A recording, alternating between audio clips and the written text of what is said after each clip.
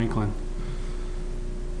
We also have a restoration crew on site, so they'll be prepping the road for asphalt paving. Week 2 of our schedule, which would be getting the Broad intersection ready and bringing that up to Dakota. Right now we're planning on paving the Broad Street intersection in week 3 of our 3-week look-at schedule.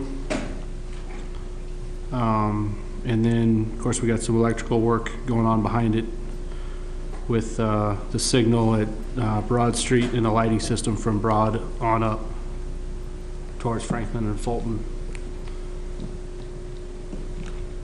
I guess that's our 3-week look at.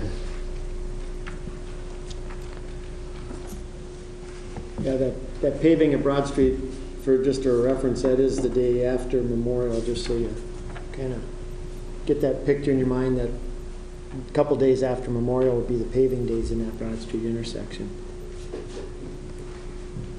The contractor has indicated it'd just be the paving in that intersection, so the mainline paving, they've said, is going to wait until they got more ready going west from there. So we want to get that intersection open up as soon as we can, once following up the underground here. So.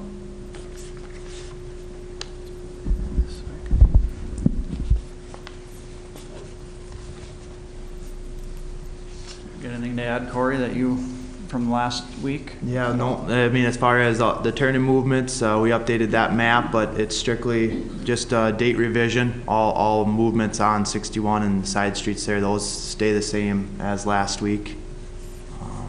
Traffic control should be the same, so just. Yeah, and we had a few concerns from council last night. One being at Old West Main, as you come into town, the left turners, or on Main Street, turning onto Old West Main, the arrows are not lit at that intersection. Do you know if there's a reason why they shut the arrows off? Because the left turn lane doesn't have a dedicated turn. And I watched it for 4 sequences this morning. I sat in that old car wash parking lot and watched it, and they never come on at all. So, and one of the concern from the council member was that that lane is pretty short, that left turn lane, and if you stack up 4 cars, they're going to be backing up all of Main Street coming into town.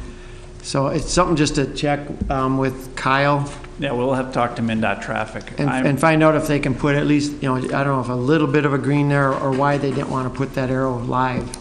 Yeah, be burned out bulb. Yeah, and it could be that it got shut down because if I remember correctly, before construction, that left turn was only, it was an actuated left turn, wasn't it? It was a loop detector in there.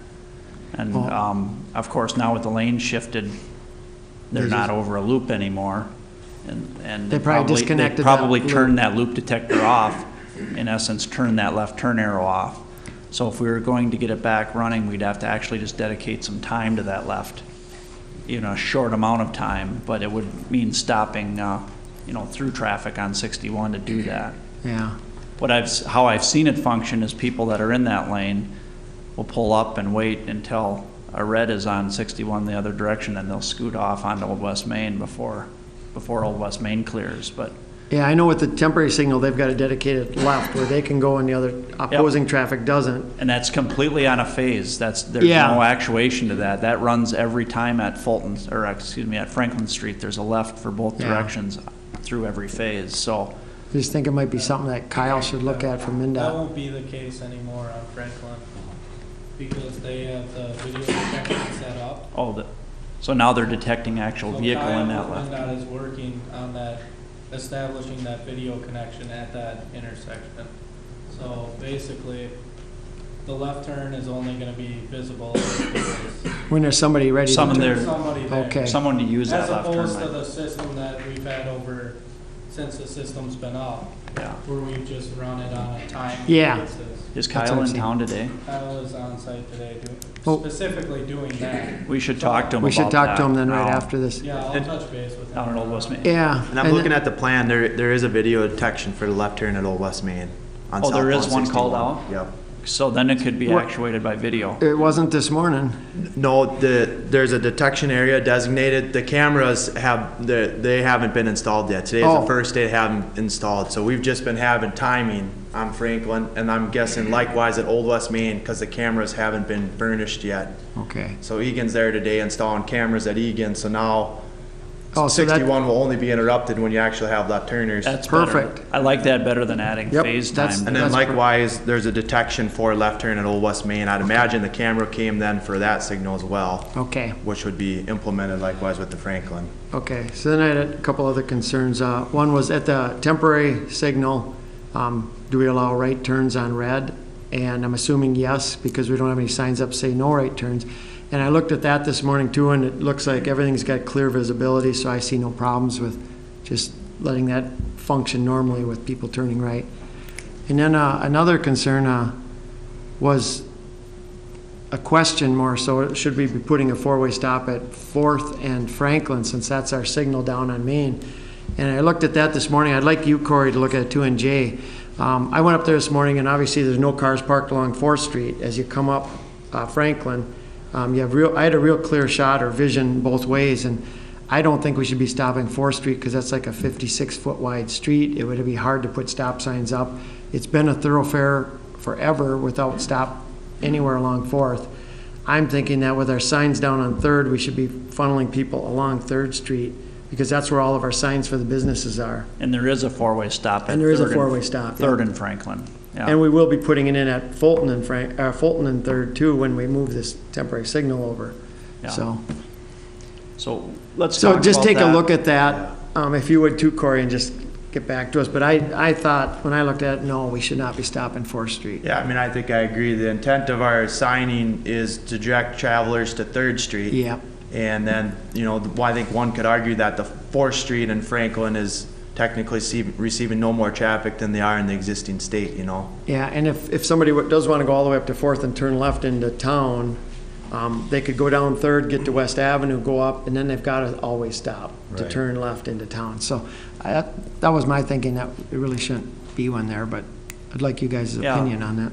Let's look at it. And as we've talked, Ron, any of these other stop sign changes that are kind of happening off of the project into these neighborhoods, we're not expecting that as part of safety signs or our contractors. That would be a city operation, that if we decide to do that, I mean, we may be doing it well away from this project on other routes on Pioneer Road and different, as we've experienced different traffic patterns. So those things would be handled by us through city operations. Just let us know if we need to help. Yep. I'll let you know if there's anything that we need from safety signs. We'll definitely work with them.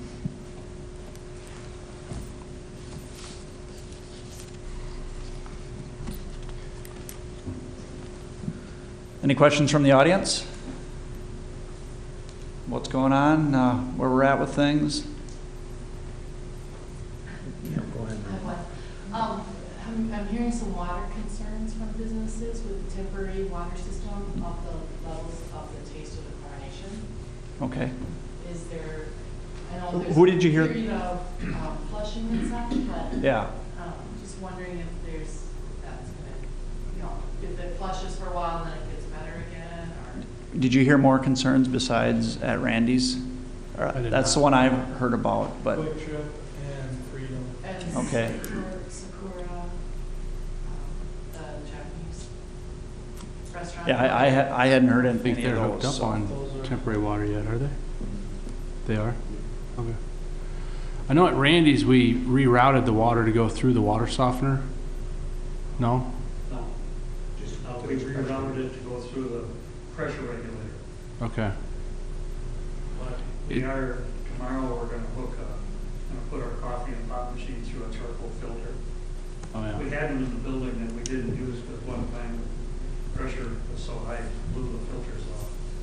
So we kind of bypassed it temporarily, we're gonna rehook that up tomorrow morning. Okay. So, Well, the procedure for hooking up the temporary water is the same as it is for really any water main in the city. It's flushed and then it's chlorinated, and then there's a bacteria test that's run on it. And after that bacteria test is run on it, it's standard city water, so it should be the same as regular city water. Jerry, do you have, Yeah. I would just maybe encourage Jerry, everybody to run Jerry. more water than you normally would. push your butt. I think, It should be better. I mean, especially when we get a little bit hotter in the summer here, that water is gonna sit in that black pipe. It'll heat up a little bit. And if you feel a little change in temperature or taste, I would just run an outside hose bib or anything. Just run quite a bit of water to keep it freshened up. That should help somewhat as we get going here. What were you gonna say, Joe? I was gonna say, I know that's, I think like you're saying, when it sits overnight in the piping, the first water comes out in the morning with stronger flavor than, I don't know what the flavor is, it's sort of like chlorine, but by the time it's flavored into pop or coffee, it has a totally unique flavor. It just isn't, it's different, and that's the reaction. It tastes bad because it's different, so. It's different than, yeah. Yeah, I know. Well, it's in a different conveyance pipe, so that, I mean, we're in a plastic water main versus our iron pipe. Sometimes with water, you'll get a little chlorine taste. Actually, if the chlorine residual drops down a little bit, you'll taste the chlorine a little bit more. Doesn't seem to make sense, but that's kind of how water reacts. So sometimes that, when it freshens up, that might, be a little better. What is the new water line running down the street, is that plastic too? No. No, the new one will be ductile iron. Yeah. It's what? Ductile iron, like we have. Iron, Yeah. okay. Yeah, it'd be an iron pipe, Okay. yeah. Jerry, it's pretty common too, I mean, just so people aren't worried, it's, like Ryan mentioned, it's not the chlorine that people are tasting, it's actually the plastic from the hose, what they're tasting. Not that it can harm you or anything like that, it's just like if you have a hose sitting outside your house, been sitting out in the sun all day, you turn it on and drink out of it, you can taste that, whatever the taste is, but it's not chlorine, it's not gonna harm anybody. Like Jerry said, I would just suggest, if you get that taste, especially in the morning, right on the bat, or in the afternoon when things heat up, just keep water running. Just run a hose out in the alley. Yeah, and not to encourage water wasting, but the idea with the temporary water is no one's being metered on this, so, Yeah. it's not like you're getting charged back for our recommending you to flush it, but just do what you have to do in that if you need to clean it out. Yeah. We should probably make a point to visit those businesses and talk to them about that directly, Corey. Yeah, we can. Okay. And as part of the temp water hookup, we are delivering a notice now with some emergency contact numbers. So we're not asking you if it's not getting better, if it's to a point where, it's unbearable, please make a call and we'll address it. We're not asking you to ignore it per se, but we have, gotten some complaints and. And we've had some issues with the pressures and fittings coming loose, and I believe you guys are installing pressure regulators Yeah, we this got week, pressure reducing today. valves coming down this afternoon. We'll put those in. Yep. So over the weekend, Meyer kept a worker on site here to respond to calls from businesses. So that was appreciated that someone was here to take care of with the higher pressure on these fittings. We're having a blow off at the connection.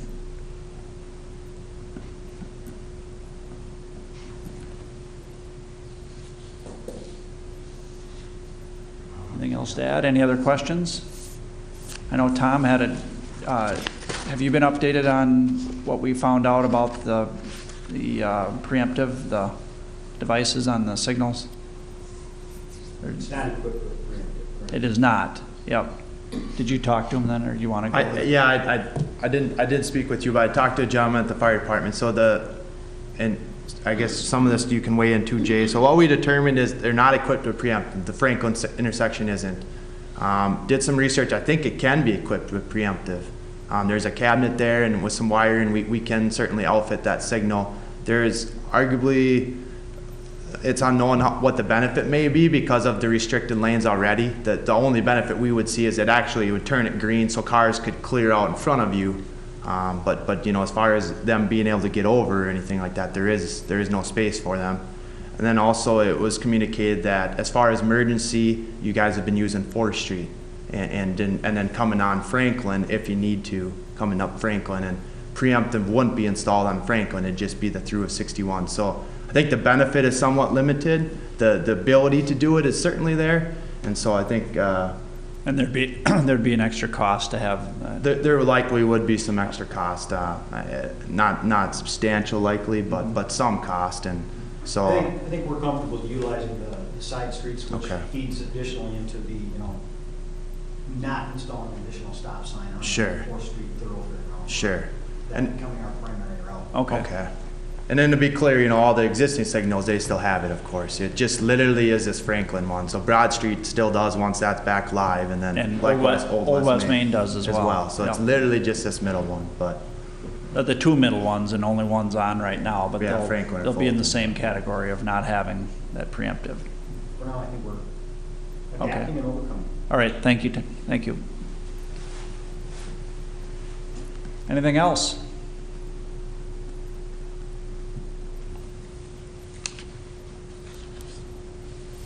Everyone adapting to walking down to Bush Street to get across 61 and, You still have some people. I know, I saw it last night when I went to A bunch of kids on skateboards yesterday. Yeah.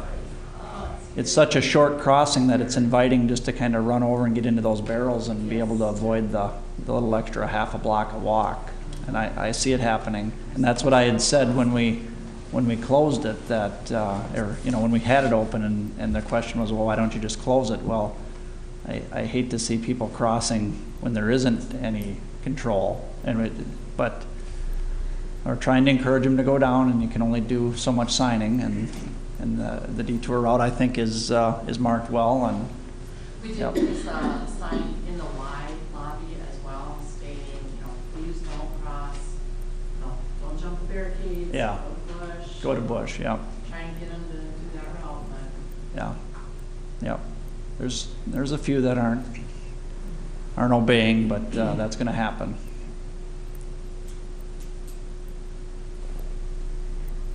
Okay, yeah. thank you. All right, thank you.